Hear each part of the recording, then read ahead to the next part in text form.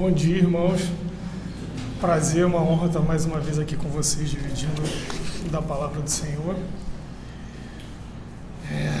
Eu vou fazer uma breve oração para que a gente possa se preparar para esse momento, depois a gente começa o nosso estudo. Senhor Deus Santo Poderoso, muito obrigado, Senhor, pela sua maravilhosa graça, Senhor, que dia após dia o Senhor tem derramado sobre as nossas vidas, Senhor. Muito obrigado por o Senhor ter se revelado a nós, Senhor, e nos aproximado de Ti, Senhor, porque sabemos que de nossa própria vontade nós jamais o faríamos, Senhor.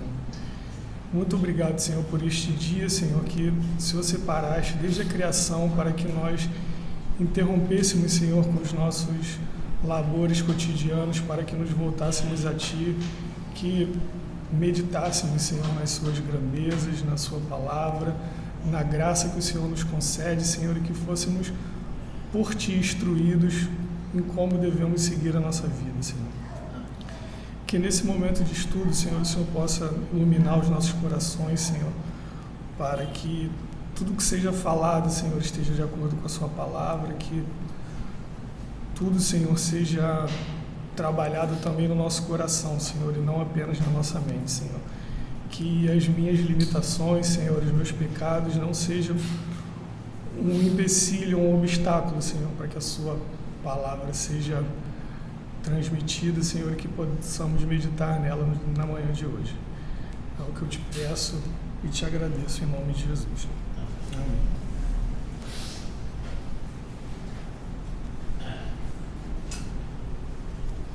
Então, irmão, como a gente já vem há algum tempo, nós estamos estudando o capítulo 1 da Confissão de Westminster, que é a confissão da nossa igreja.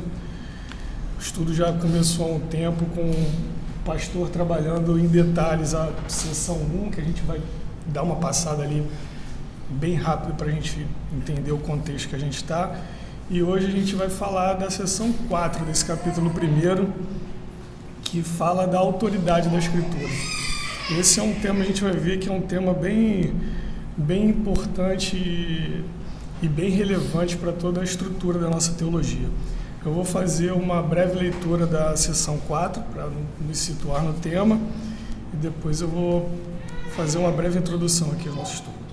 A autoridade da Escritura Sagrada, razão pela qual deve ser crida e obedecida, não depende do testemunho de qualquer homem ou igreja, mas depende somente de Deus, a mesma verdade que é o seu autor.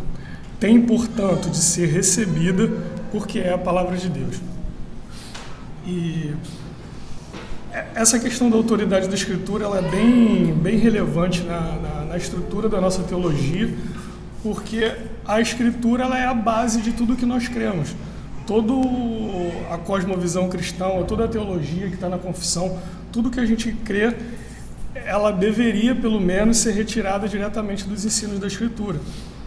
Então, isso é uma questão muito importante, porque por que a gente deve tirar todo o nosso modo de vida da Escritura? Qual é o papel da Escritura? Por que ela tem essa autoridade sobre a vida dos homens?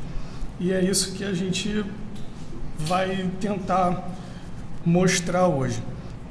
E eu gostaria de começar falando da própria confissão, para que a gente vá passo a passo construindo esse conhecimento.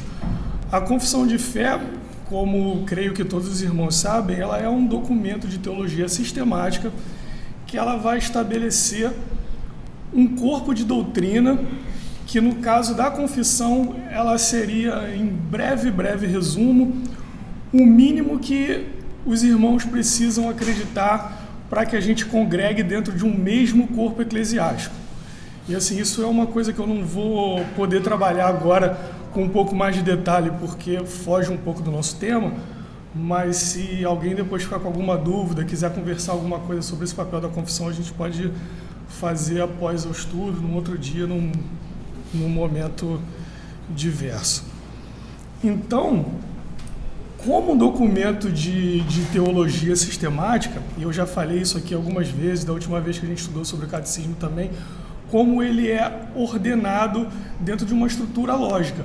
Tudo ali por que começa por esse, como vai, toda a estrutura ela faz parte de um raciocínio, de uma estrutura lógica em que as coisas estão colocadas ali todas por um determinado motivo, e um motivo importante. E eu gostaria de passar isso rapidamente para mostrar isso para os irmãos, porque o que acontece? A confissão ela vai trabalhar esse corpo de doutrina que a gente precisa conhecer, que a gente precisa concordar para que a gente viva em harmonia dentro de uma determinada hierarquia eclesiástica. Então ele vai estabelecer quem é Deus, o que Deus requer de nós, como se administra os sacramentos, como se trabalha todas essas coisas. Só que, como nós falamos, todo esse conhecimento ele deve ser retirado da Escritura.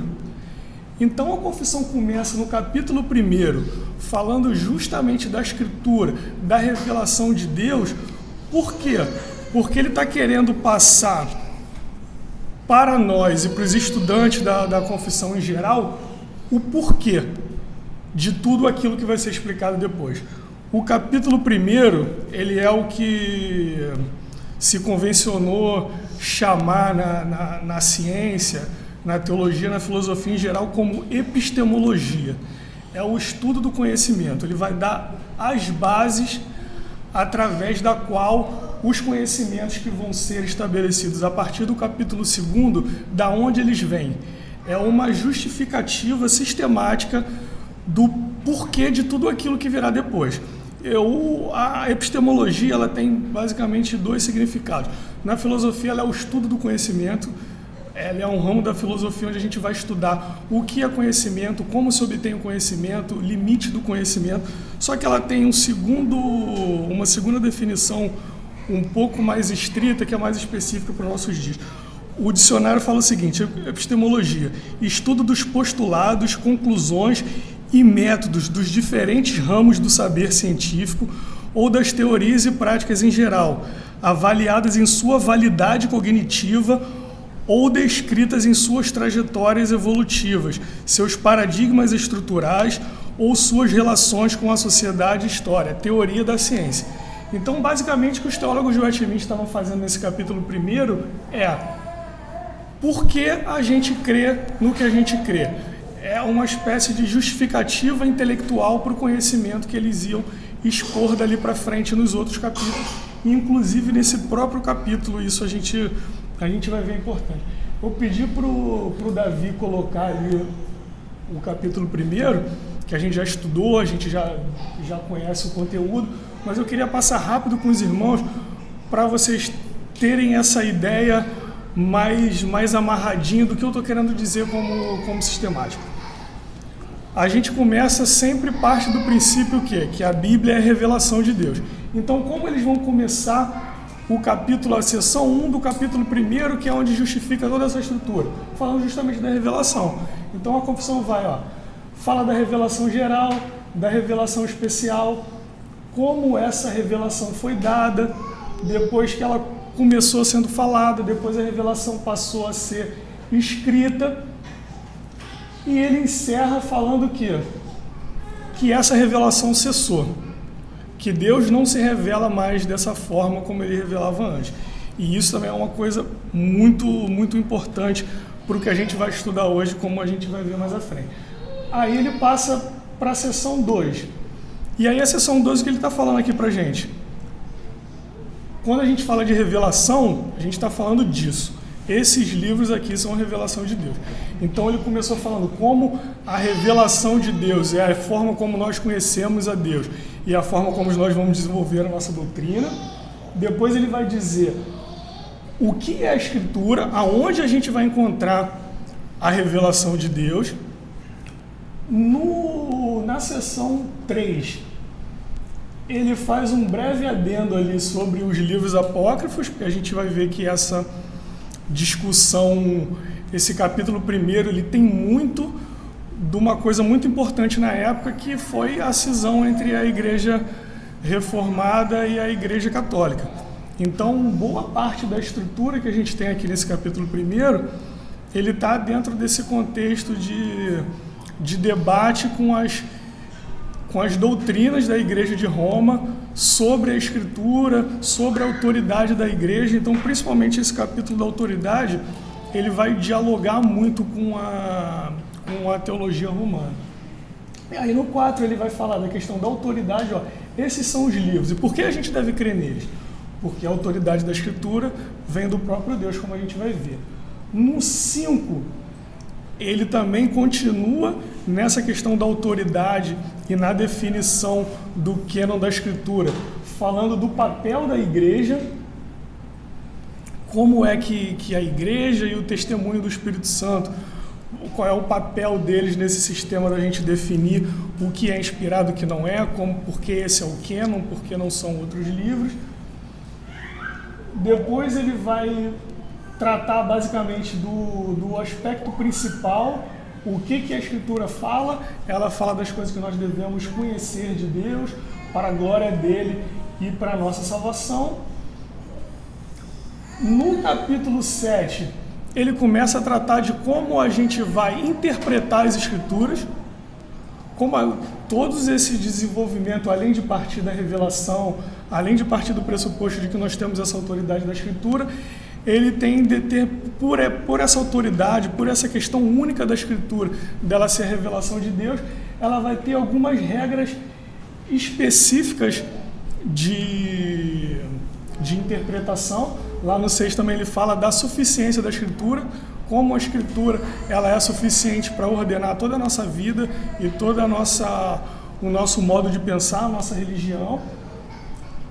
Aí ele vai para o 7, ele começa a falar da interpretação das Escrituras. No 8, ele já está ali tratando da inerrância, onde está a questão da providência de Deus, como esse texto chegou a nós. E ele vai fechar depois com mais algumas regras de interpretação e colocando a Escritura como a nossa regra de fé em prática, fechando todo esse capítulo falando, tudo que a gente vai falar daqui para frente, isso está na Escritura. Se tiver alguma dúvida, alguma discussão, qualquer coisa que tiver a respeito de doutrina, é para ela que a gente tem que voltar. A estrutura do primeiro capítulo, ela é basicamente essa. E isso é uma questão importante, tanto do conceito que a gente leu, como ele diz aqui, por que deve crer, porque no nosso contexto isso talvez não seja tão importante, não um debate tão atual, porque a gente não tem mais tantas interações. Eu pelo menos desliguei a internet e não vejo mais essa questão de debate. Vai ter lá o cara ateu que fica perturbando, você acredita nisso? Ou certas discussões, mas isso é importante porque o nosso sistema de pensamento, tudo que a gente entende de Deus, da Escritura, ela precisa, para que ela seja consistente, para que ela seja válida, uma justificativa intelectual do porquê a gente crê nisso. E isso foi uma questão muito debatida entre os reformados e a Igreja Romana, porque quando começou essa questão do sola Escritura, a necessidade e os reformadores corrigindo os erros da Igreja Católica com base na Escritura, surgiu essa discussão. Mas por que a Escritura? Por que ela é a autoridade única? Não é bem assim. Você tem alguma justificativa e depois isso foi se aprofundando até o momento que os romanos já estavam falando para ele, de repente vocês até acabaram de acertar aqui no Novo Testamento, pelo menos, os livros são os mesmos, mas vocês não têm nenhum motivo racional para explicar o porquê que vocês chegaram a esses livros. Se vocês acertaram, foi só um acaso do destino que vocês chegaram a esse livro, e vocês não têm justificativa para todas essas críticas que vocês estão fazendo a gente.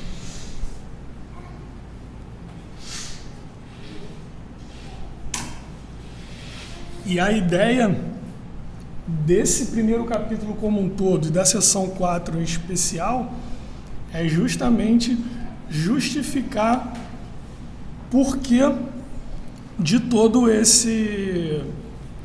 Por que o nosso sistema intelectual é válido? Por que a gente tem como saber quais são os livros que são inspirados? A gente tem capacidade, entre aspas, de perceber aonde está a revelação de Deus, quais são os livros aonde elas estão a revelação de Deus, e a gente pode estudar e buscar viver uma vida agradável a Deus, buscar estabelecer um corpo de doutrina sobre o que a gente deve acreditar sobre Deus, com base nessa revelação. Então, tudo isso, toda essa discussão, ela está baseada na questão da autoridade. Como a gente sabe que a Escritura é a Escritura? Porque ela é autoritativa e não qualquer outro documento ou qualquer outra pessoa ou instituição. E isso é uma questão bastante relevante. Então, como eu já falei, isso se deu nesse contexto de debate entre as ideias reformadas, principalmente da sola scriptura, que eram o que os reformadores chamavam do princípio formal da reforma. A Escritura é a base de tudo. E a Igreja Romana sempre colocou que a Escritura não pode ser propriamente a base de tudo, por quê? Porque a autoridade da Escritura, ela precisa ser baseada em algum lugar, porque você não tem como saber quais são os livros, da onde veio essa revelação, como a gente vai fazer. Então, se estabeleceu uma espécie de dicotomia, que a gente vai tentar passar aqui um pouco mais de detalhes, que apesar dos romanos não admitirem essa terminologia, eles vão falar que não é bem isso que acontece, mas a gente vai ver que, logicamente, a gente não tem como fugir muito sobre isso. Então, ficou uma dicotomia entre o sola scriptura e o sola ecclesia. Quem é a autoridade máxima na igreja? Quem é a autoridade máxima em definir quem é Deus e o que ele requer de nós? Pelo seguinte, toda autoridade, ela tem, entre aspas, uma justificativa, ela precisa buscar essa autoridade em alguma outra autoridade. E os católicos romanos, eles falam o seguinte: a autoridade da Escritura, ela é de certa forma derivada da autoridade da igreja, porque é a igreja que reúne esses documentos e apresenta esses documentos para a igreja. Então ela não se auto-justifica. E eles começam com uma afirmação falaciosa de que nenhuma autoridade ela pode se auto-autenticar. Você depende sempre de uma outra autoridade que vá autenticar aquela autoridade. Só que isso traz um problema muito grave, eu acho instintivo, vários dos irmãos devem ter pensado nisso, mas espera aí, então onde para? Porque eu preciso de uma autoridade anterior. Não, a Escritura é autoridade, mas não é muito, porque a gente precisa de uma autoridade para dizer o que é a Escritura. Tá bom, e qual é a autoridade que vai justificar a autoridade que diz que justificou a Escritura? Aí, se você tiver essa, você vai ter. Então, qual é a autoridade anterior que falou que essa autoridade está certa? Ou a gente vai ficar infinitamente buscando uma autoridade anterior que vai justificar uma outra autoridade, ou a gente vai ter que chegar a uma conclusão lógica que alguma autoridade precisa se auto-autenticar. Você vai precisar chegar num determinado momento onde você vai ter uma autoridade que não vai precisar de uma outra autoridade que a autentique, porque senão nunca vai existir nenhuma autoridade. E a ideia da autoridade última é justamente essa, que ela é a última instância, ela é a autoridade onde todas as outras apelam. E o que eu vou tentar aqui mostrar para os irmãos é que é a Escritura que deve ser essa autoridade. Então, ainda nessa fase assim, um pouco introdutória, eu queria comentar para vocês um pouco sobre a estrutura da autoridade no nosso pensamento reformado e a estrutura da autoridade no pensamento romano. Porque um problema que a gente tem hoje em dia muito grave dentro da igreja protestante, ainda que não se use isso exatamente sobre o termo sola scriptura, mas é um entendimento equivocado do que significa a autoridade última ou autoridade única da Escritura. Porque o sola scriptura, ele quer dizer o quê? Apenas a Escritura. E isso apenas a Escritura é autoritativa, é infalível e ela é a base para todas as outras autoridades que nós temos na igreja. Só que alguns irmãos nossos têm interpretado o sola scriptura como, na verdade, a Escritura é a única autoridade dentro da igreja. E isso não é exatamente verdade, porque Existem formas diferentes de autoridade. Tem uma autoridade derivada e essa autoridade que é a autoridade última, que é a autoridade principal. Então, por exemplo, nós estamos estudando a confissão de fé. A confissão de fé, por exemplo, na estrutura da nossa igreja, a confissão de Westminster, ela é uma autoridade na igreja, é uma autoridade doutrinária. Mas ela não é uma autoridade com as características de inerrância e principalmente com a autossuficiência. A confissão, ela vai fazer o quê? Ela vai estabelecer, vai sistematizar, vai simplificar, vai colocar de forma mais direta para o nosso entendimento o que nós entendermos da Escritura. Então eu vou falar um termo aqui que não é muito relevante se conhecer o termo, mas é que essa diferença é debatida na teologia e é importante a gente conhecer pelo menos o conceito geral, não propriamente decorar o termo, que é a norma normans, a diferença entre norma normans e norma normata, que é, na verdade, o primeiro termo é a norma normans não normata, que ela é a norma que rege, mas ela não é regida. E a norma normata, ela é uma norma, mas ela é regida por uma outra norma. Então, qual é o resumo aqui, o básico dessa estrutura?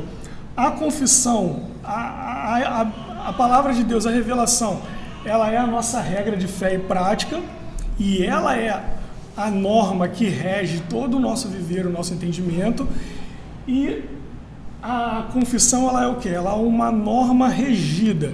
Ela é regida pela Escritura e ela estabelece o que a Escritura nos ensina para que a gente possa alcançar esse conteúdo de forma mais rápida, mais prática e afastar outros erros. Isso é até uma coisa interessante também da gente falar, que eu acabei esquecendo de colocar ali no princípio quando eu estava falando da confissão, é que a forma de redação da confissão, ela é feita de forma bem cuidadosa e pensada para, conforme ele vai expondo a doutrina, ele não só está expondo, como ele já está evitando determinados erros e determinadas visões concorrentes daquela doutrina. Então, conforme isso vai sendo estabelecido de forma de já ir refutando e evitando determinados erros, porque, como eu comentei no início, era o quê? A ideia da confissão é que a gente estabeleça um corpo concorde para que a gente possa viver dentro dessa mesma estrutura eclesiástica. Então, ele vai fechando a porta para determinadas doutrinas que iam acabar fazendo uma diferenciação tão grande que a gente não conseguisse viver dentro dessa mesma estrutura.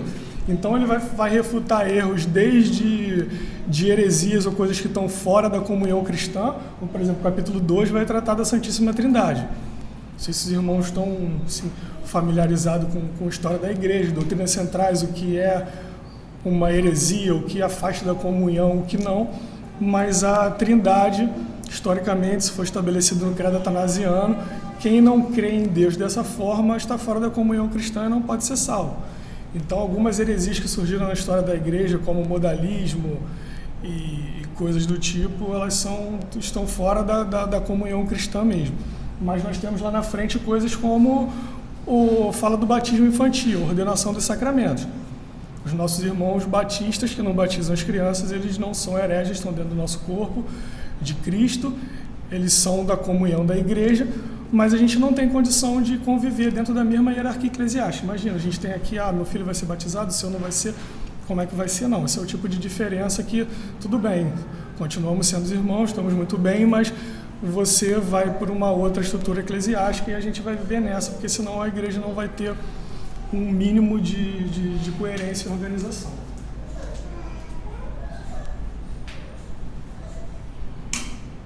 Então, na visão reformada, a Escritura é a autoridade última, mas, como eu disse, ela não é a única autoridade.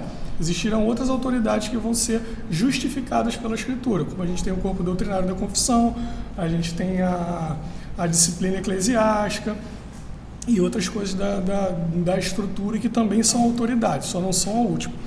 Na Igreja de Roma, isso é um pouco diferente, porque a autoridade na Igreja de Roma é dividida em 3 pontos principais, que é o magistério, que é o Papa quando ele fala ex cátedra junto com os seus bispos, a escritura e a tradição. E aí, por que eu disse que apesar deles negarem e não assumirem propriamente essa nomenclatura da sola eclésia, que é só a igreja, como a gente vai cair nisso? Porque como nós estamos trabalhando aqui a comparação entre a visão reformada e a visão da igreja romana, a autoridade é na escritura. Então, o que a gente vai fazer? Como diz ali o final do capítulo 1. Qualquer dúvida que você tiver a respeito de doutrina, qualquer discussão, a dúvida de entendimento, não é assim. A confissão ela é um parâmetro, mas não é ali que você para. Você vai precisar ir à escritura e ver se é exatamente isso, porque é a escritura que vai ser a base desse sistema. Na igreja romana, como funciona? Você tem o magistério, a escritura e a tradição. Só que, como nós dissemos, qual é a visão deles da escritura? A igreja é que define e reconhece, dá autoridade à escritura. E além disso, ela tem a prerrogativa exclusiva de interpretar corretamente a escritura. Então, acho que os irmãos já estão começando a entender onde eu quero chegar. E a tradição, a mesma coisa. É o próprio magistério, é a própria igreja que vai definir o que é a tradição e como essa tradição deve ser aplicada nos dias de hoje. Então, qual é a conclusão aqui lógica que a gente vai chegar inevitável? Na verdade, é a igreja que define tudo, porque ela vai definir o que é a escritura, ela vai definir como a escritura é interpretada, ela vai definir o que é a tradição e como a tradição deve ser aplicada. Ou seja, a própria igreja é que vai definir essa situação. Eu não quis trazer aqui muitas citações para não ficar mais cansativo do que já está. Eu vou conseguir chegar, se Deus permitir, numa parte mais prática e menos etérea desse pensamento, que se tudo der certo vai amarrar tudo, mas eu sei assim que ainda está uma coisa muito teórica e ia ficar realmente cansativo, maçante. Mas eu separei algumas citações que falavam coisas absurdas como um papa, eu acho que foi um papa, ou foi um teólogo romano que ele falou o seguinte, o magistério, ele fala a doutrina e ele vai dizer como é. Os teólogos depois vão tentar justificar na escritura, vão achar na escritura em algum lugar alguma coisa para justificar o que a gente está falando. Mas quem falou, quem determinou é o magistério. É basicamente isso. E aí a gente começa aqui a se aprofundar em algumas coisas do raciocínio, porque é o seguinte, para você ter o fechamento desse sistema e esse postulado inicial, esse pressuposto que a gente tem, que vai ser a base e a validade de todo o conhecimento que a gente vai desenvolver depois, para que ele seja seguro, essa primeira base inicial tem que ser o quê? Inerrante. Ela vai ser eficaz, ela tem que ter todos os atributos necessários a que ela seja um piso firme para que a gente possa estabelecer e construir depois. É como se fosse a fundação de uma construção. Então, ela tem que ser inerrante.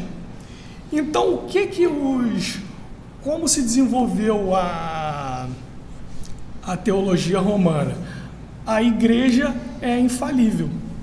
A infalibilidade não é da escritura. A infalibilidade é da própria igreja. E por que eu falei que lá no início a questão da cessação da revelação era um ponto crucial para a gente entender o que está acontecendo aqui agora? Porque qual é a justificativa da reivindicação da igreja romana de que ela é infalível? É que o Papa ele ainda é um apóstolo. O ofício do apóstolo ele continua até hoje. Deus continua se revelando a nós da mesma forma que ele se revelou no início da era cristã através dos apóstolos, e o Papa como apóstolo, representante dos apóstolos, ele está dando a revelação para a igreja autoritativa e inerrante agora. E isso, assim, se você pensar de certa forma, apesar de ser um absurdo teologicamente, a forma como lida com a palavra de Deus, mas isso é lógico. Se o apóstolo Paulo aparecesse aqui agora, até mesmo o apóstolo não é totalmente assim que o próprio apóstolo Paulo falou. Se eu pregar um evangelho diferente, vocês me rejeitam, porque isso aqui é a base. Mas se não fosse uma coisa propriamente contraditória, uma coisa muito absurda, se tivesse um apóstolo aqui agora passando uma revelação autoritativa da parte de Deus, o normal, se a gente acreditasse, se a gente reconhecesse essa autoridade nele, seria a gente seguir, como a gente vê diversas vezes ali na Escritura, como Paulo falava. Que bom que vocês receberam a minha palavra como palavra de Deus, porque isso aqui é a palavra de Deus. A gente vai até ver esse versículo com um pouco mais de detalhes na frente. Então, se a revelação não tivesse cessado, se o Papa fosse realmente um apóstolo, isso aqui, pelo menos de início, começava a fazer algum sentido. Mas isso não é tudo. Como no caminhar da história a igreja começou a se contradizer, essa ideia de que você dá a doutrina e depois você tenta justificar na Escritura, começou a ficar um pouco mais difícil. Porque tinha coisas que você já não tinha mais como justificar na Escritura. E aí, como um abismo chama outro abismo, eles acabaram dando o próximo passo. E chegou num estado de coisas tão grave que tinha uma citação que um teólogo romano falava o seguinte: a igreja tem a palavra infalível para cada era, para cada geração. Então, aquilo que foi falado no primeiro século era a palavra infalível da igreja para o primeiro século, agora foi mudando a ser a palavra infalível para esse século. Então, dependendo de como mudasse o contexto, de como mudasse o ensino do magistério, aquela era a palavra autoritativa para aquele momento, numa tentativa de justificar a inerrância, porque se você... É o princípio básico. Se você se contradiz, um está certo ou está errado. Não tem como os dois estarem certos ao mesmo tempo se aquelas proposições estão em conflito. Então, o que eles passaram? Não, peraí, não está em conflito não. Aquela época era uma época, agora é outra época. Ou seja, chegou num estado de coisas entre onde a igreja estava se dando o direito de simplesmente arbitrariamente mudar o ensino ou a doutrina, mudar o que o cristão deveria crer, como ele deveria se portar, com base em nada mais do que eu disse.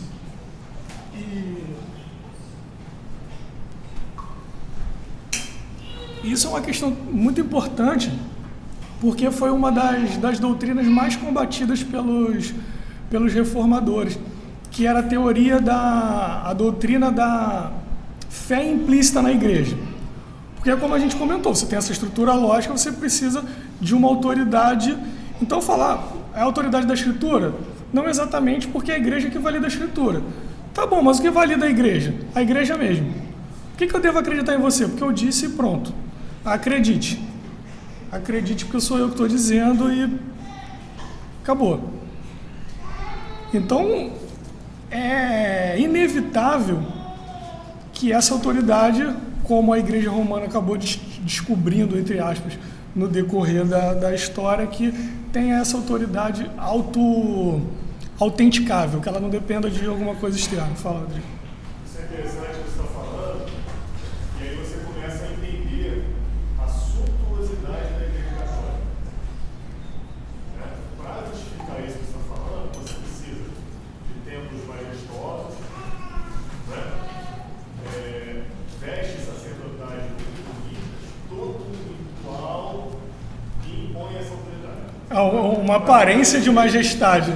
Você separa o clero do povão, você separa as autoridades, dá um status de autoridade civil praticamente, e é impensável você ter um cara que suba de jeans e camisa e vai ensinar a falar. Não, tem que ser alguém altamente paramentado, todo cerimonial, distante do povo, para que isso seja mais fácil de passar. Uma preparação de anos e anos e anos para justificar aquele conhecimento etéreo que ninguém pode alcançar e coisas do tipo. Então, trazendo para aquela nossa visão do início da diferença entre os tipos de norma, como isso vai ficar? Na teologia reformada, a Escritura é a norma que rege tudo e as outras buscam autoridade nela. Na Igreja Católica, a norma normans é a própria Igreja, e a Escritura e a tradição elas vão ser normas secundárias, que apenas tiram a autoridade do magistério. É interessante que você começa a entrar em alguns problemas que você não consegue conciliar.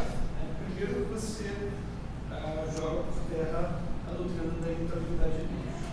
Porque se para cada geração tem uma revelação diferente, aí ou a revelação é da igreja ou a revelação de Deus. E se a revelação é de Deus, Deus não é mais imutável.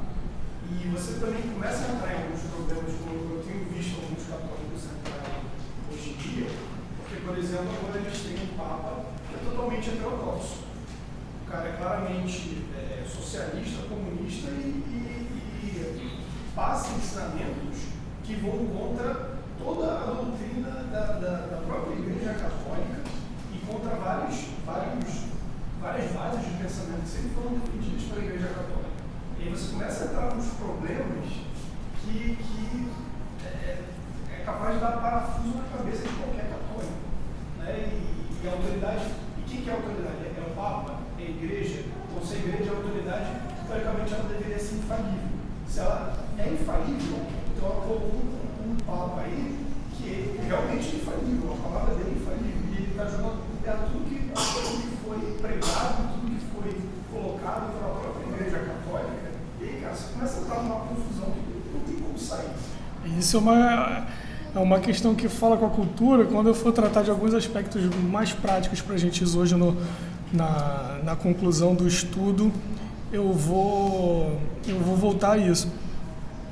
Então eu queria ler com os irmãos o primeiro texto que dá base aqui para nossa, que é indicado na confissão como texto base, que é 1 João 5,9. Vou pedir para alguém ler para mim, por favor.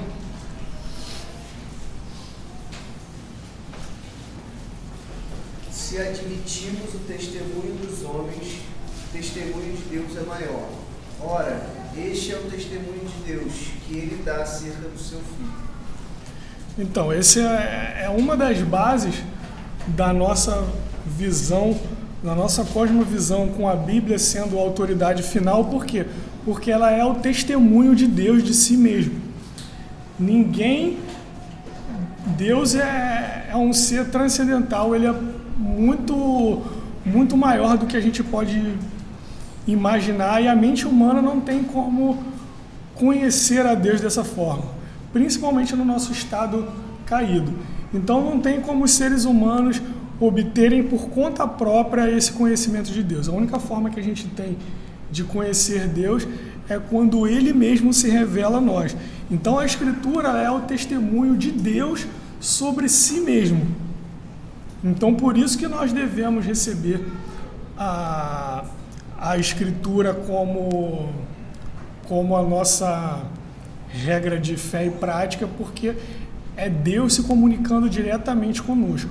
E como nós comentamos, a autoridade final ela precisa ser infalível, inerrante, ela precisa ser imutável, ela precisa conhecer todas as coisas. Porque se você não conhece tudo, um novo conhecimento que você possa obter pode mudar tudo.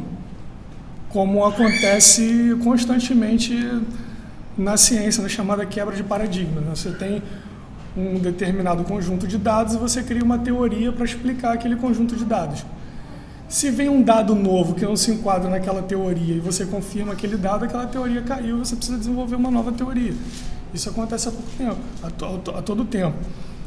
Então Deus, como autoridade final, ele precisa conhecer tudo, ele precisa ser inerrante, ele precisa ser infalível, e ele como Criador tem essa autoridade. Então a nossa doutrina, ela repousa sobre o chão mais sólido que poderia existir para qualquer tipo de entendimento, para qualquer construção de conhecimento. É o próprio Deus como Criador revelando a estrutura, o porquê, o como tudo aconteceu e vai acontecer. E isso é muito relevante para a nossa estrutura. E aí, uma outra coisa que eu queria falar aqui rapidamente com os irmãos, que dentro desse contexto todo, o que geralmente a gente discute? É a questão de verdade. a Escritura ela é autoritativa, ela é tudo por quê? Porque ela é a verdade de Deus. Só que a gente sabe que a gente vive num contexto social hoje onde a verdade ela não é muito amada nem nutrida. Geralmente, se você chegar e disser que você sabe alguma verdade, você vai falar, não, mas a religião cristã é a verdade. Por quê? Você é intolerante, por que você não... Como é que você vai dizer que a religião tal é mentira, não sei o que, deixa de ser arrogante, isso não existe. Você tem a sua verdade, aquilo tem aquela verdade. E tem toda uma discussão que gerou uma discussão na própria filosofia de se há verdade. Existem correntes filosóficas que simplesmente a verdade não existe. Tudo é relativo. Então, assim, para que os irmãos tivessem isso de uma visão um pouco mais prática, ou quando se alguém questionasse essa questão de verdade para vocês de repente tivessem uma ideia mais clara do que é verdade, eu tentei fazer uma simplificação aqui, que é uma forma visual que vai estabelecer claramente, assim, entre aspas, o que é verdade. O que vai ser a verdade? A verdade é o padrão que vai determinar, né, se uma coisa está certa ou se uma coisa está errada, se aquilo é verdade ou se aquilo é mentira. Então, dentro da cosmovisão cristã, como, entre aspas, a gente estabelece ou verifica por que a Escritura é verdade, por que a salvação em Cristo é verdade, porque se você fizer isso é pecado, isso é verdade ou não, pelo seguinte: a humanidade, toda a criação, todos os seres humanos serão julgados um dia pelos seus feitos. E por que a Escritura, nesse sentido, ela é verdade? Porque ela vai ser o padrão do julgamento final de Deus. O que vai separar o que é verdade ou não? Um dia, no último dia, você vai ter que prestar conta a um Deus todo-poderoso, santo, e ele vai definir se você está certo ou se você está errado. E esse padrão é esse. Então, esse é o por que ele é o padrão final? Porque ele é o padrão do julgamento final. Um dia você vai prestar conta ao seu Criador. E a conta que você vai prestar não vai ser pela opinião do Papa, não vai ser pela opinião de nenhum homem ou pelo testemunho de ninguém. O padrão pelo qual você vai ser medido e julgado no último dia, diante do grande trono branco, é o padrão da revelação de Deus da Escritura. Então, por isso, você não tem como saber se é verdade. De repente eu posso não te dar uma justificativa total do que é verdade dentro desse plano da eternidade. Mas, meu irmão, você pode crer, um dia você vai ter diante de Deus. E você vai ser julgado por um padrão, você vai ver que é esse aqui. E aí, quando você descobrir que isso aqui é verdade, já vai ser tarde demais. Então, assim, isso é só uma figura simples da gente entender o que é verdade, qual é o padrão da verdade. Porque é o padrão que vai definir tudo. Esse é o padrão. Mas eu não posso ser salvo na religião tal. Amigo, no último dia, quando você vai ser julgado, o padrão que vai definir quem está do lado esquerdo e quem está do lado direito é esse, infelizmente. Pode parecer duro, pode parecer intolerante, mas assim, ninguém vai ter espaço para chegar lá diante de Deus e falar: Senhor, você está sendo intolerante, né? Ele deu o filho dele para morrer por nós. Ele nos criou numa situação, num estado sem pecado. O primeiro representante do homem foi em rebeldia, preferiu ouvir a serpente do que ouvir a Deus. Ele caiu, arrastou a descendência dele com ele. Deus, misericordiosamente, aguentou esses irmãos fazendo coisas terríveis durante muito tempo, tanto que em alguns momentos da história a paciência deu uma diminuída, ele quase acabou com toda a humanidade, mas ele lembrou da promessa que ele fez lá no Gênesis, de que ele iria justificar e salvar a descendência da mulher através de um descendente. Então ele não podia encerrar aquilo ali. Ele mandou o próprio filho, o filho dele, que faz parte da Trindade, saiu da glória, se encarnou num corpo como o nosso, passou uma série de sofrimentos para prover um caminho de volta desse povo para casa. Eu acho que não é absurdo, intolerância ou nada disso ele estabelecer que essa é a única forma.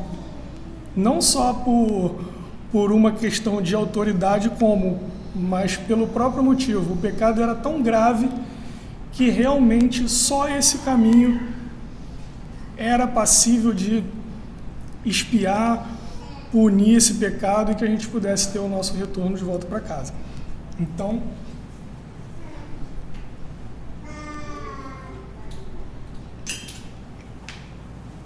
o julgamento final é o fim da história com essa determinação final, onde todo mundo vai ter certeza do que era certo, do que era errado. E de repente a gente pode não ter interpretado tudo aqui da forma mais correta possível, mas eu tenho certeza que chegar lá a gente vai ver que todo o padrão de julgamento que foi feito naquele momento vai ser tirado da própria revelação de Deus, porque Ele deu para isso, para que a gente pudesse saber o que estava acontecendo e que a gente buscasse um caminho para resolver essa situação. Mas então, continuando, voltando a essa questão, qual é uma outra implicação um pouco complicada dessa doutrina romana sobre a Escritura? É que ela dá uma ideia, que como é a igreja que estabelece, que dá autoridade, que justifica, é ela que vai dizer para você o que é a Escritura, o que não é. Isso tem uma outra implicação prática, que é: você não pode ter Escritura sem a igreja. Porque é ela que vai dizer quais são os livros. Você não tem Escritura. Ó, a igreja vai falar para você e falar: isso aqui é Escritura. Então, até que ela diga isso, partindo dessa visão, você não tinha Escritura ainda. Você vai ter Escritura quando a igreja te disser que aquilo é Escritura. Senão, antes você não tem como saber. De repente podia até ser, mas você não sabe. Mas não é isso que a gente vê na própria Escritura, e não é isso que decorre logicamente quando você pensa que Deus está se revelando aos homens. Porque aí eu queria passar para o próximo versículo que a confissão dá como justificativa, que é 1 Tessalonicenses 2,13.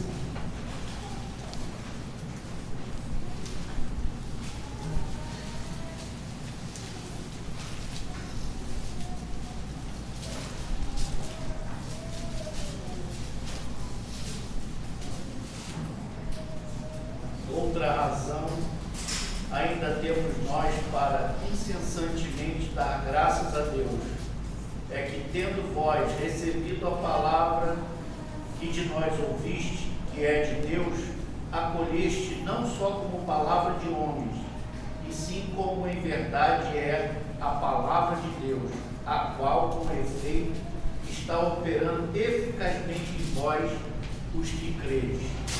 E esse versículo ele é bem claro nesse sentido, que o que Paulo está falando aqui com outras palavras? Vocês fizeram muito bem de receber isso como palavra de Deus, porque ela de fato é a palavra de Deus.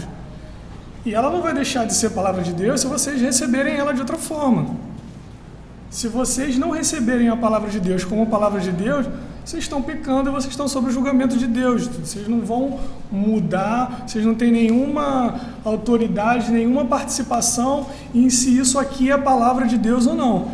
A única coisa que vai fazer a diferença no recebimento da igreja é se a igreja vai, inspirada pelo Espírito Santo, como nós vamos ver em estudos mais para frente, convencida internamente pelo próprio Espírito Santo que isso é revelação de Deus e vai se submeter, ou você vai permanecer nos seus pecados. Mas a palavra de Deus vai continuar sendo a palavra de Deus independente da resposta que você der a ela. Ela é a palavra de Deus não porque você ou ninguém ou uma instituição reconhece ela como a palavra de Deus. Ela é a palavra de Deus porque foi Deus que falou a palavra. Simples assim. Então, a Escritura ou a autoridade da Escritura não depende que alguém diga a você que a Escritura tem autoridade. A única pessoa que ela depende que te diga isso é o próprio Deus, e Ele deixa isso de forma brutalmente clara. Fala, Rodrigo. Isso que você está falando vai de encontro ao que o pastor Pedro ensinou sobre o movimento profético. Né?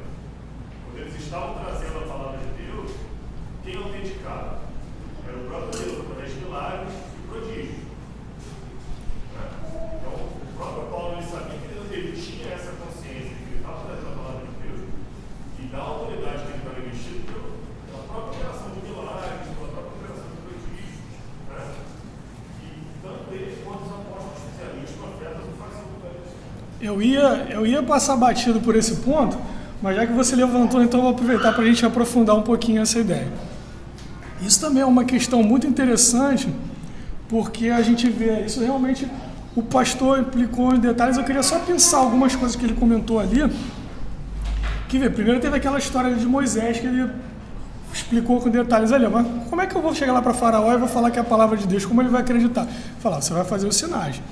E aquilo ali foi um início, um indício de como as coisas iam acontecer. Mas não foi só isso. Se a gente lembrar, ali no Êxodo, quando Deus, pela primeira vez, ele dá os 10 mandamentos, o que acontece? Ele reúne todo o povo. Não é você simplesmente falar, Moisés, é como se ele estivesse dizendo isso. Da outra vez a gente fez os sinais, mas assim, para não ter dúvida de o que você vai passar para eles depois é realmente palavra de Deus, não vai ser só alguns sinais e coisas específicas. Eu vou demonstrar que eu estou lá pessoalmente falando com você. Ninguém vai ter dúvida de que sou eu falando com você. Então ele reúne todo o povo. Hebreu chega a dizer que aquilo era um espetáculo terrível, que era assombroso. Se você encostasse no monte, ia explodir, era trovão e fogo e aquela coisa, e todo mundo olhando, porque era para ficar claro que era Deus falando em Moisés. Aquilo ali não era simplesmente um sinal ou um prodígio como foi acontecendo dali.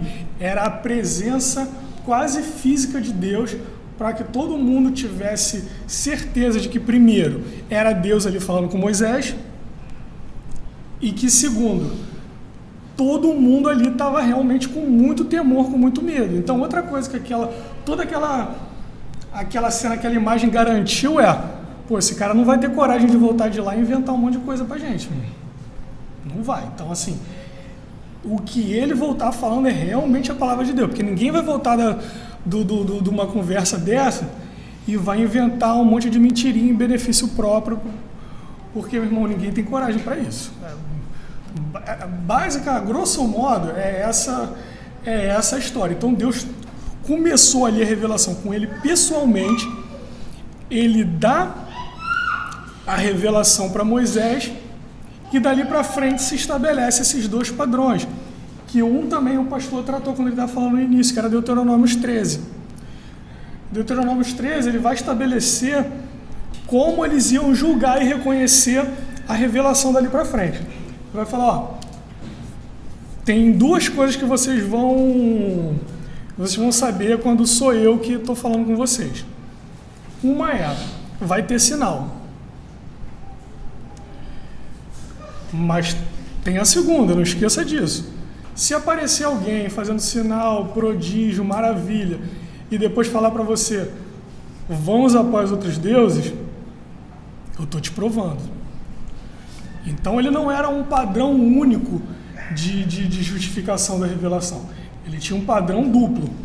Ele tinha o padrão dos sinais, que estava mostrando que era Deus que estava por trás ali, tinha uma autoridade divina, tinha um agir divino por trás daquela revelação, mas tinha o segundo, que era o quê? O que quer dizer esse vamos após outros deuses? Não precisa necessariamente chegar e falar, vamos servir a Baal. Não, porque Deus disse a forma como ele deve ser servido. Se você tenta servir Deus de outra forma, o que você está fazendo? Você está cunhando um Deus para si mesmo, e você está servindo um novo Deus. Agora não o Deus que se revelou, mas o Deus que você criou a partir das suas próprias opiniões. Isso também é uma coisa relevante que a gente vai retomar no final. Então, sempre que a gente vê os profetas dali para frente, eles vão fazer sinais para demonstrar a autoridade do ensino deles, mas eles também vão citar as escrituras, eles vão citar os ensinos, eles vão demonstrar de alguma forma que o ensino novo que eles estão trazendo, ele está concorde com a primeira base do ensino, que é os 10 mandamentos, que é a forma com que a gente lida com Deus e como a gente lida com os nossos irmãos, que aquilo ali era a comprovação cabal de que era Deus que estava dando aquela palavra por tudo que aconteceu lá no momento. Então, a gente pode perceber, lendo o Novo Testamento, que conforme os apóstolos iam fazendo os sinais, iam ensinando, e o próprio Jesus, que era a própria palavra, se alguém tinha autoridade para estabelecer qualquer coisa baseado só em si mesmo, era Jesus, porque ele é Deus. Mas qual é a ideia dessa revelação progressiva e desse sistema de auto-autenticação? É que Deus não se contradiz. Se Deus não erra, ele não pode se contradizer. Então isso tem que estar dentro de uma continuidade. Então os apóstolos, eles iam fazendo sinais, mas a todo tempo eles estavam pegando o Antigo Testamento e falando, tá vendo? Como está escrito em Isaías, como nos ensinou Moisés, como nos ensinou o profeta tal. Eles explicitamente, o que eles estavam fazendo com isso? Eu estou recorrendo à forma de autenticação da revelação dada pelo próprio Deus junto da primeira revelação que foi lá atrás. Então era basicamente isso. Sinal está escrito, sinal está escrito, sinal está escrito. E essa é a base estabelecida desde o Antigo Testamento, lá ainda com Moisés, que foi quem recebeu essa revelação direta.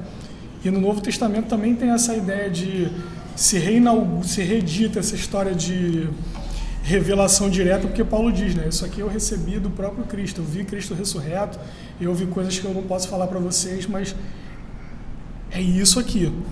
Mas ele nunca deixa de recorrer ao que está escrito, ao que estava na base do ensino. Então, essa é a estrutura de autenticação e por isso que a Escritura se auto-autentica. Ela se pega na revelação do próprio Deus e Deus mostrou de várias formas que realmente era Ele que estava se revelando.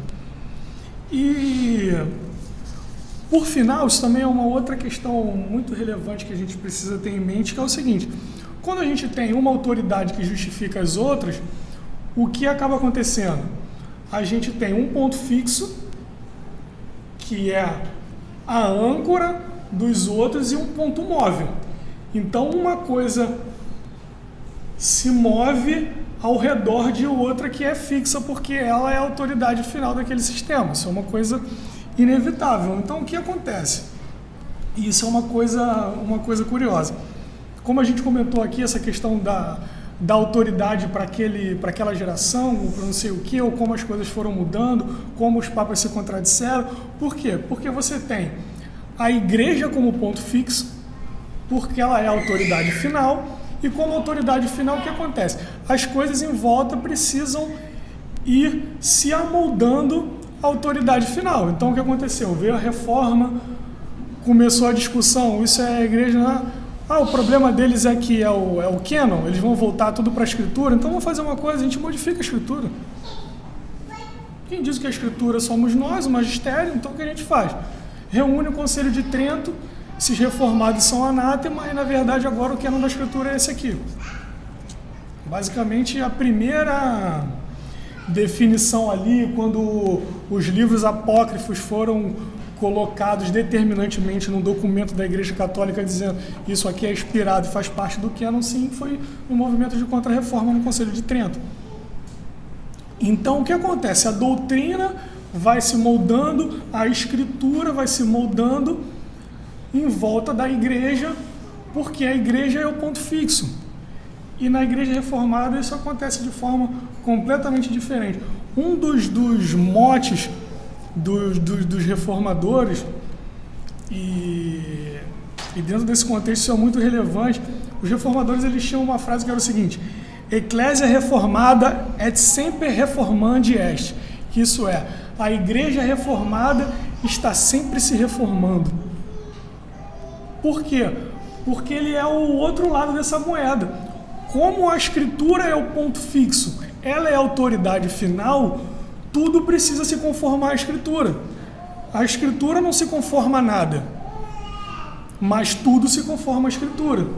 Então, conforme você vai aprofundando o conhecimento, conforme você vai desenvolvendo a igreja, pela própria natureza humana, a gente vai se afastando de Deus, se afastando da verdade, e a gente precisa desse momento dela estar sempre, a gente sempre está sendo exortado pela palavra, da gente conformar a nossa vida, a gente conformar nossas práticas diante da palavra.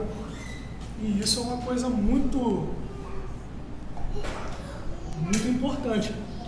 Os irmãos mais antigos vão se lembrar. Por exemplo, hoje a gente tem como parte da nossa liturgia a leitura continuada das Escrituras. E há um tempo atrás a gente não tinha essa prática aqui na igreja, até que lá no Congresso dos Puritanos, foi um congresso de dias e dias tratando só de questões do culto. O nosso pastor foi falado, comentado dessa prática, mostrou os benefícios dessa prática, e ele trouxe e aplicou isso na liturgia da nossa igreja.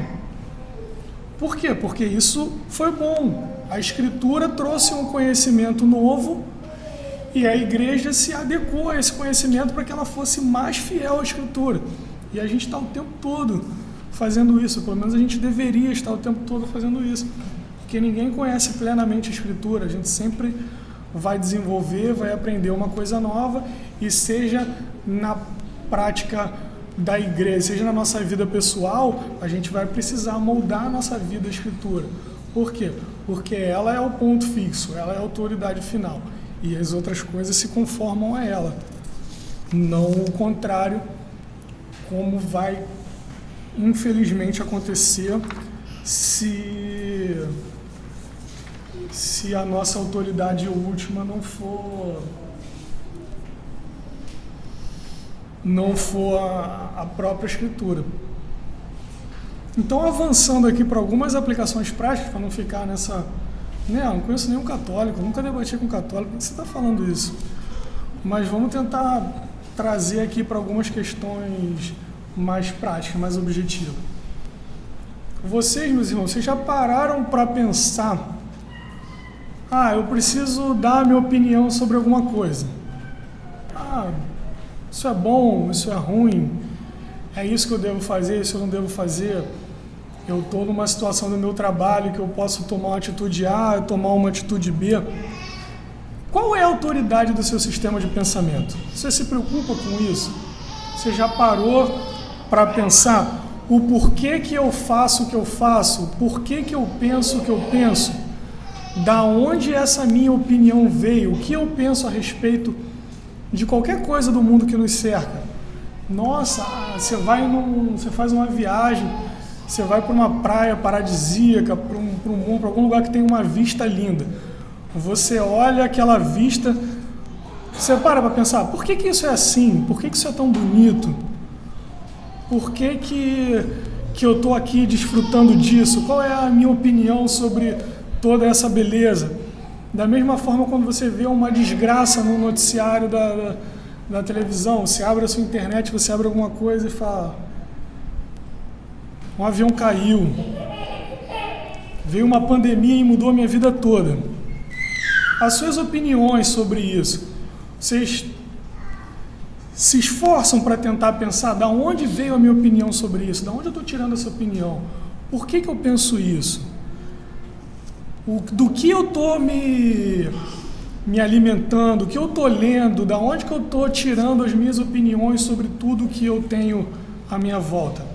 Desde a coisa mais básica, como ver uma coisa, desde coisas macro, de como pensar o mundo, porquê da pandemia, porquê que um avião caiu, como as coisas mais simples do nosso dia a dia. Por que eu vou trabalhar em tal lugar, por que eu vou escolher determinada carreira,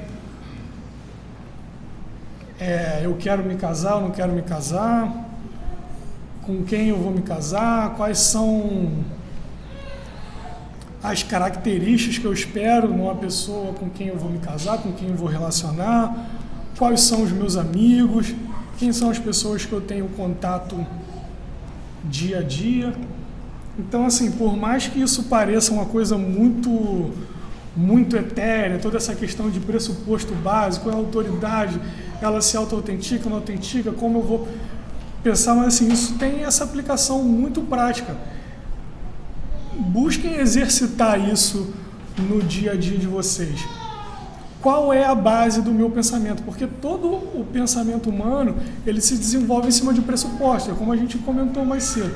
Se eu não tenho como partir do nada, porque imagina, você acordou de manhã, você hoje acordou, levantou, você falou, ó, eu não vou partir de pressuposto nenhum. Eu não sei qual é o meu nome, eu não sei onde eu estou, eu não sei se isso aqui é minha casa, eu não sei se essas pessoas que estão aqui do meu lado são minha família ou não, eu vou querer comprovação de tudo. Ah, você é minha esposa? É mesmo? Cadê? Então eu quero ver. Quando a gente casou? Ah, tem foto? Vamos investigar aqui, eu quero que você comprove. Eu não sei. Posso ser um programa de computador que eu acordei aqui com um chip na minha... Não sei, eu vou provar tudo. Não tem como. Você vai sempre voltar, vai ter que ter alguma coisa anterior que você vai provar se aquilo é aquilo mesmo, porque o que é provar? Provar alguma coisa nada mais é do que eu tenho um padrão inerrante, um padrão firme, onde eu confio e que eu vou comparar todas as outras coisas com esse padrão. Se ela estiver de acordo com esse padrão, ela está comprovada. Se ela não estiver de acordo com esse padrão, isso é mentira, ela está desprovada e eu vou procurar a verdade, basicamente isso. Então, qual é o padrão inicial que você tem? Então, às vezes a gente não pensa, a gente não tem isso de forma consciente na nossa cabeça, mas isso está acontecendo o tempo todo quando a gente emite opinião sobre qualquer coisa. Então, assim, é um exercício importante, um exercício relevante. Sempre que a gente vai exercitar a nossa opinião sobre qualquer coisa, que a gente pare para pensar qual é a base daquela nossa opinião. De onde que eu tirei isso? Isso está de acordo? A gente tem a Bíblia como pressuposto básico, só que ela vai trazer uma série de outros pressupostos, uma série de princípios com o qual a gente vai desenvolver o nosso pensamento. Então, se a gente não tem essa disciplina, esse cuidado, o que acontece? As nossas opiniões começam a ficar contraditórias, o nosso pensamento vai ficando um pouco caótico, porque você tira um pensamento daqui, não, eu estou na igreja, vai me dizer o que eu tenho que acreditar sobre a pessoa de Deus, a Trindade, isso está na Bíblia. Aí uma pessoa pergunta, pessoas do mesmo sexo devem casar? Isso eu posso ler ali no Globo, tem o fulano de tal lá, o político, eu vi o cara ali falando, mas de onde que ele tirou isso? De onde que isso vem? Tudo. E isso é outra coisa relevante a gente pensar também, quando a gente está comparando essas coisas, como eu vou formar meu pensamento, a opinião de outro, que não é só a nossa opinião que é baseada em algumas coisas. Como muitas vezes tentam vender as coisas para você. Não, para com esse negócio aí, você está pensando nesse negócio de Bíblia, você só fala de Bíblia porque você pensa a respeito da Bíblia. Vamos aqui ser neutro, esquece a Bíblia, vamos partir do zero, vamos partir de um campo neutro, e aí a gente vai conversar se isso é certo ou errado. Só que eles estão pedindo para você abrir mão da sua autoridade primeira, quando ele não está abrindo da dele, só não está te dizendo qual é. A gente só é explícito em falar, o meu pensamento, tudo que eu penso sobre o mundo, ele vem da revelação de Deus, eles não vão te falar isso, mas eles têm uma série de pressupostos.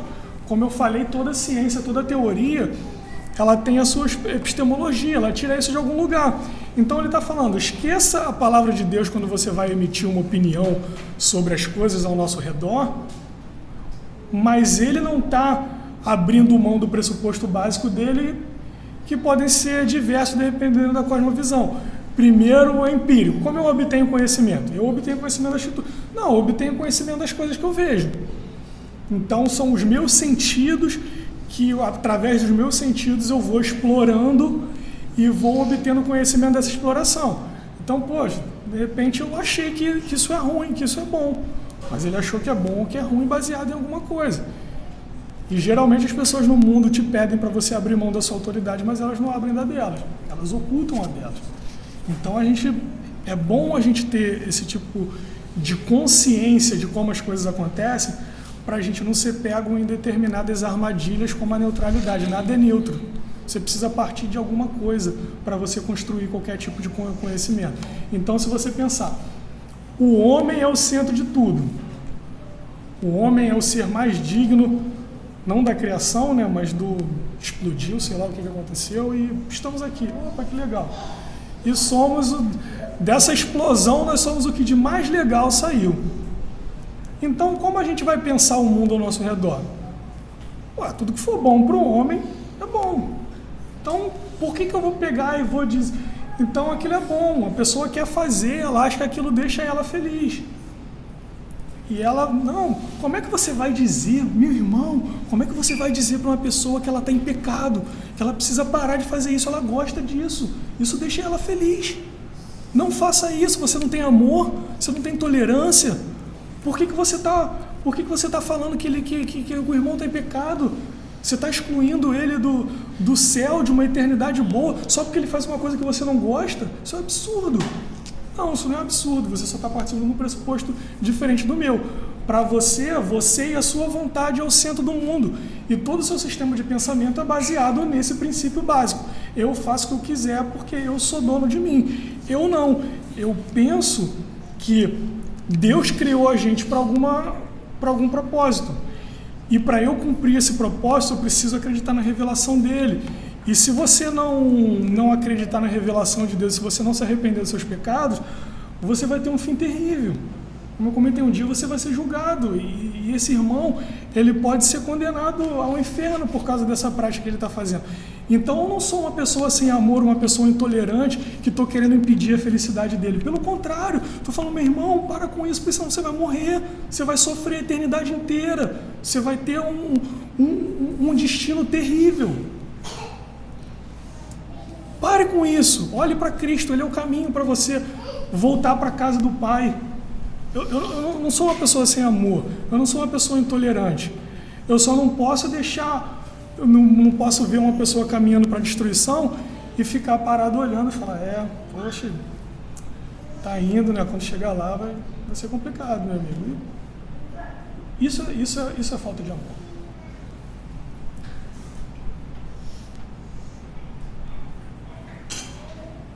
Mas como você vai conseguir comunicar isso e mostrar isso de uma forma? Se você conseguir ordenar seus pensamentos e mostrar o porquê que você está falando o que você está falando. Senão a gente é pego no meio do caminho e a gente não consegue muito bem se ordenar. Outra implicação prática que eu gostaria de trazer para os irmãos hoje como a gente comentou dos romanos, eles têm essa questão de... Primeiro a gente diz o que é, porque a igreja que é a autoridade. Depois a gente vai e justifica isso na palavra de Deus. A gente pode não ser tão assintoso ou tão grosseiro na hora de fazer isso, mas muitas vezes o que a gente faz no nosso dia a dia? E eu sou com certeza culpado de cometer esse mesmo pecado em algumas situações. Você tem uma vontade, você queria muito fazer alguma coisa, e aí você esquece que a sua autoridade é a Escritura. Você fala, cara, eu queria tanto fazer isso, momentaneamente a sua autoridade muda, você passa a ser a sua própria autoridade, a sua própria vontade, e você começa a tentar justificar na Escritura uma prática que você não está a fim de largar. Isso é errado, meus irmãos, é em graus diferentes, como a gente já até estudou aqui há um tempo atrás, o próprio catecismo vai tratar disso. Existem graus diferentes de como você pode violar um preceito de Deus, uma ordem de Deus, a revelação, mas tudo é pecado. E todo pecado precisa ser expiado. Todo pecado um dia vai ser punido, ou vai ser na cruz ou vai ser no inferno, mas pecado nenhum passa sem a justa retribuição de Deus, senão ele não ia ser justo. Então a gente precisa ter esse cuidado de, se a gente está indo à Escritura para aprender da Escritura, ou a gente está indo à Escritura para justificar as práticas que a gente já concebeu antes de ir à Escritura, e a gente só quer uma justificativa piedosa para a gente não abandonar determinada prática. Isso, apesar dessa questão de autoridade, a gente acaba corretamente, necessariamente condenando a Igreja Romana, mas assim, é como Lutero e os reformadores falavam muito disso. A Igreja Judaica, ela era condenada constantemente por idolatria, por fisicamente se ajoelhar diante de um outro Deus. E os reformadores sempre fizeram isso. A gente não tem imagem aqui, a gente não serve a outros deuses, mas, meus irmãos, cuidado. Vocês não estão livres da idolatria. Não pensa que não é porque você não tem uma estátua, que você não se ajoelha diante de uma estátua, que você não pode estar cometendo idolatria. Se você tiver alguma outra coisa mais importante do que Deus na sua vida, e você estiver moldando a sua vida segundo essa coisa e não segundo Deus, você está cometendo idolatria. E, paralelamente, exatamente isso está acontecendo. O que é idolatria? Você está abandonando a autoridade de Deus e você está estabelecendo uma nova autoridade, e aquela autoridade torna seu ídolo. Então, quando a gente tem essa tendência de muitas vezes ir procurar na Escritura apenas uma justificativa. E isso é uma coisa interessante, principalmente no nosso contexto de hoje, porque a gente tem diversas outras autoridades que estão competindo com a Escritura pelas nossas opiniões, pela nossa forma de viver. A gente falou da vontade, falou de coisas que a gente gosta da nossa personalidade, mas principalmente a nossa cultura.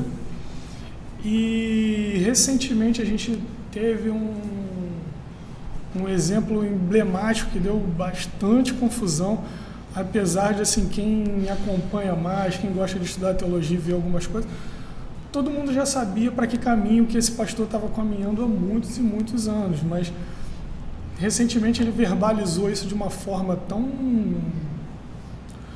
tão explícita que as pessoas se assustaram. Assim, sinceramente, para mim não foi surpresa nem novidade, mas causou muito rebuliço no meio cristão, quando o pastor Ed René falou com todas as letras que a gente precisava atualizar as Escrituras para que a gente não mais condenasse como pecado o homossexualismo e outras questões de identidade de gênero.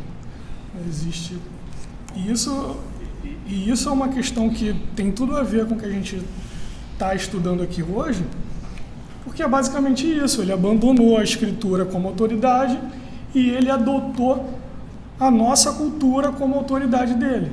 O que ele quer é ser relevante dentro da nossa cultura, é fazer paz com o mundo em vez de fazer paz com Deus.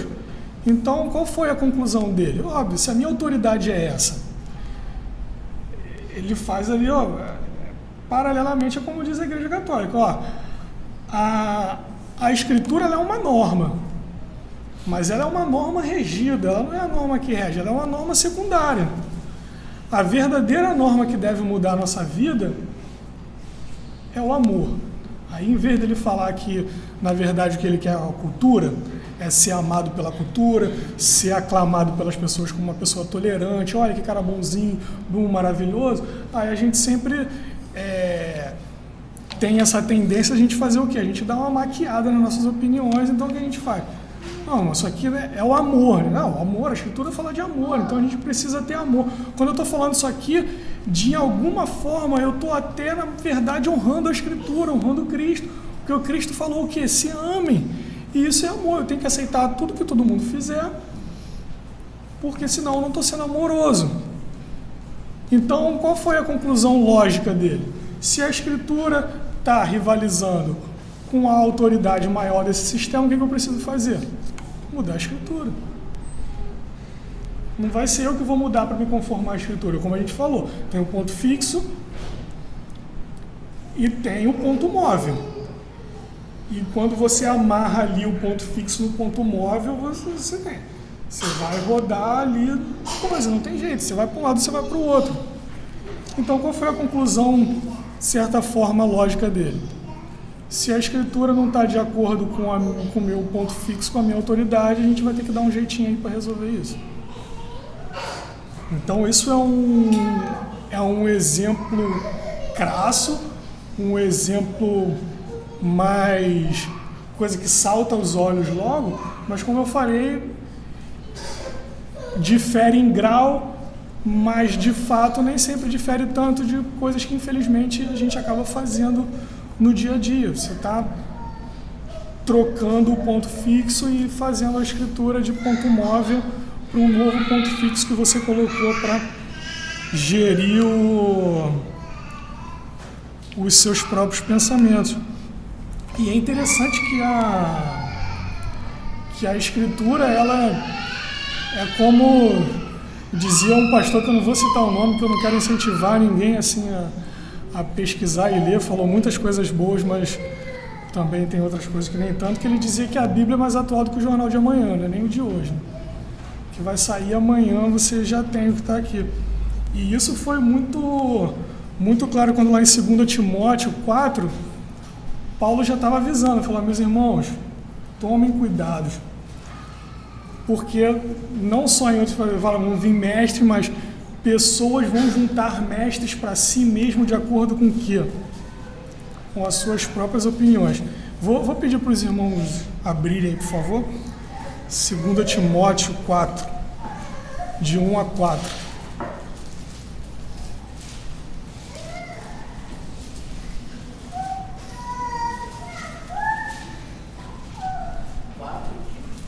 Um a 4. Conjuro-te perante Deus e Cristo Jesus, que há de julgar vivos e mortos pela sua manifestação e pelo seu reino, prega a palavra insta, quer seja oportuno, quer não, corrige, repreende, exorta, com toda a longanimidade e doutrina, pois haverá tempo em que não suportarão a sã doutrina, pelo contrário, cercar-se-ão de mestres segundo as suas próprias cobiças, como que sentindo coceira nos ouvidos, e se recusarão a dar ouvidos à verdade, entregando-se às fábulas. Então, assim, isso é exatamente o que a gente tem visto no nosso dia. Isso é exatamente o que aconteceu nesse exemplo aqui pontual que eu trouxe. E assim, eu não que eu tenha nada contra o julgar, né? Qualquer opinião que a gente faz é julgando, mas eu não quero colocar aqui como se esse irmão, qualquer outro irmão, tivesse uma fraqueza que eu não tenho, ou que os reformados não têm, ou que alguém não tem. A gente está de pé pela graça de Deus e a gente se mantém de pé pela graça de Deus. É como Paulo diz, que você que está de pé, meu irmão, ore para que não caia. Eu já passei também por alguns momentos na minha vida que praticamente era o que eu estava pensando na minha cabeça, era isso. Eu não suporto essa doutrina. Se isso é verdade, o que eu vou fazer? Sabe, isso está limitando, mas não estava limitando a minha vida, estava limitando o meu pecado. Eu precisava me arrepender e largar esse pecado. É basicamente simples assim. Muitas vezes, em determinados momentos, a gente é pressionado pela sã doutrina, a gente é pressionado pela reprovação dos nossos pecados e a gente peca, isso às vezes fica, mas a gente tem que buscar em Deus esse sustento para que a gente chegue num estado de não suportar mais a sã doutrina e a gente apostate, como aconteceu com esses e muitos outros irmãos no decorrer da história. E assim, a gente está lendo uma coisa que está aqui, então a gente lê, né, faz uma leitura, como eu posso dizer, plana do texto. Conjuro-te, irmão, perante de Cristo Jesus.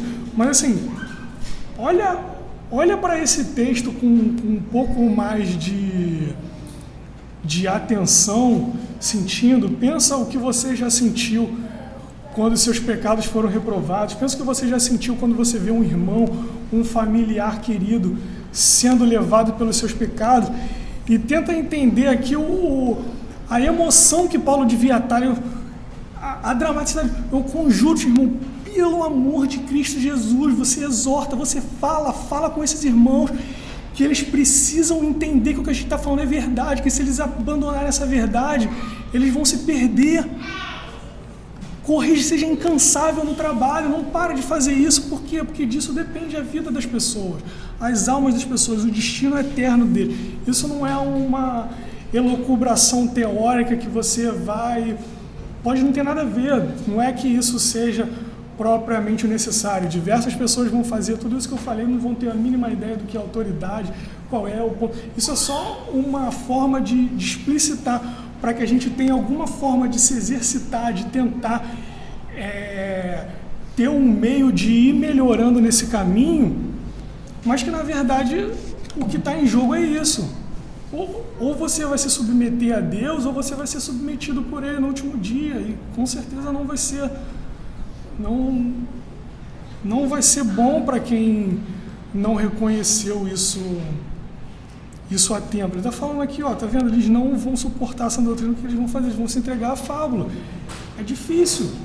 Quantos de nós a gente já não teve a vontade aqui de não aguentar mais, de ser o sem amor, de ser a pessoa intolerante, de ser o que não gosta? Você fala que cristão, esse cara é maluco, já é aquela coisa, né? Ele está julgando. E, ó, tem um irmão ali que é homossexual, nem chega perto daquele cara porque ele não gosta de você, não te...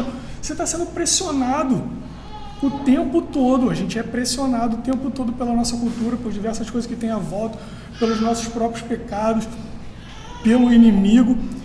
E a gente está sendo pressionado a se cercar de mestres, simplesmente desistir de lutar e se entregar à fábula. A gente vive uma pressão diária e a gente tem um risco,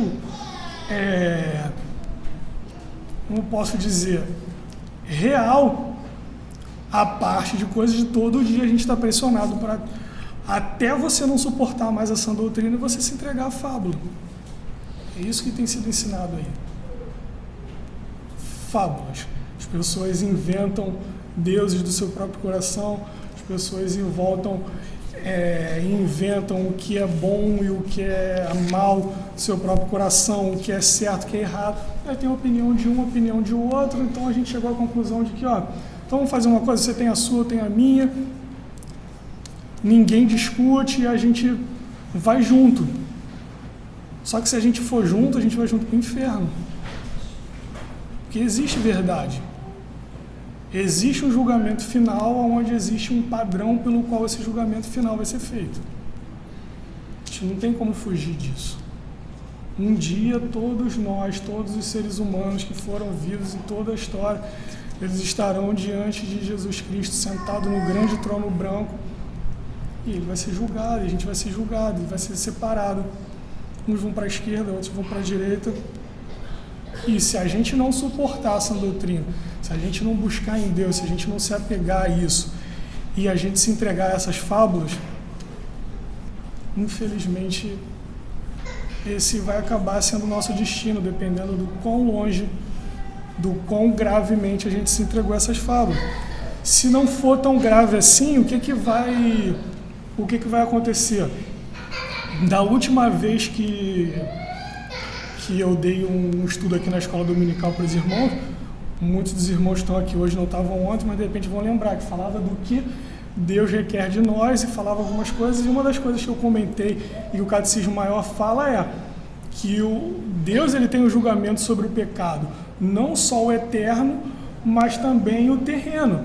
Então a gente pode não se afastar tanto da sã doutrina a ponto da gente ser condenado ao inferno, mas você pode se afastar da sã doutrina a ponto de você sofrer consequências graves. E existem certos, principalmente momentos da nossa vida, faço aqui um apelo aos mais jovens, que existem determinados momentos da nossa vida, escolhas que a gente faz na nossa vida, que vão determinar toda a nossa vida depois. Então, por exemplo, eu vou dar um exemplo aqui aleatório, mas poderia dar muitos outros. A Escritura, vez após vez, fala, ó, cuidado na associação com os incrédulos, isso não vai te fazer bem. Cuidado com o jugo desigual. Não faça do seu círculo de amigos mais próximo, que você não pode conhecer, você não pode ter nada.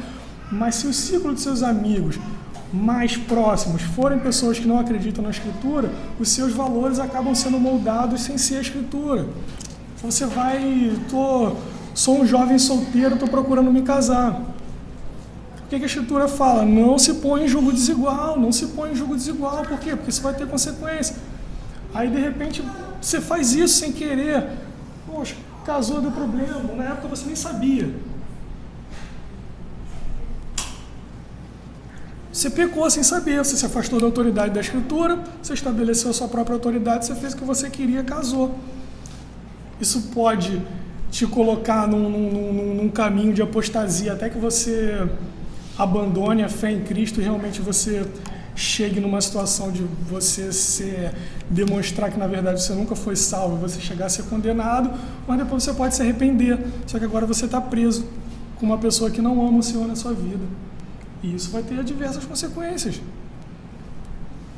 Eu falo para vocês de coração aberto. Muitas vezes, para mim, diversas disciplinas espirituais, diversas coisas que eu preciso fazer para manter a minha saúde espiritual é difícil para mim. Eu sou uma pessoa indisciplinada, às vezes eu chego do trabalho cansado, nem sempre eu consigo fazer essa rotina. E minha esposa está ali dia após dia, meu amor, vamos, não abandona isso, a gente precisa disso, é importante para a gente. Imagina se com a minha fraqueza eu tenho uma pessoa que nas poucas vezes que eu pegasse e falar, não, pô, vamos fazer um devocional, vamos fazer uma leitura. Ah, que isso, mano, isso ia ser chato, vamos ver televisão, vamos ver série, vamos fazer não sei o quê. O que ia ser da minha saúde espiritual?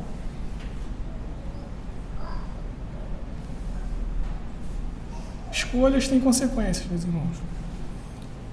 E se a gente não fizer as nossas escolhas baseadas na revelação de Deus, na autoridade dele, buscando, claro, sempre a suficiência nele, buscando graça nele para que a gente consiga fazer isso.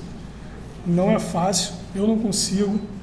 Ninguém consegue fazer isso sem a ação do Espírito Santo ali diariamente no nosso coração, mas a gente precisa buscar, porque a gente vai, de uma forma ou de outra, a gente acaba sofrendo quando a gente não faz isso.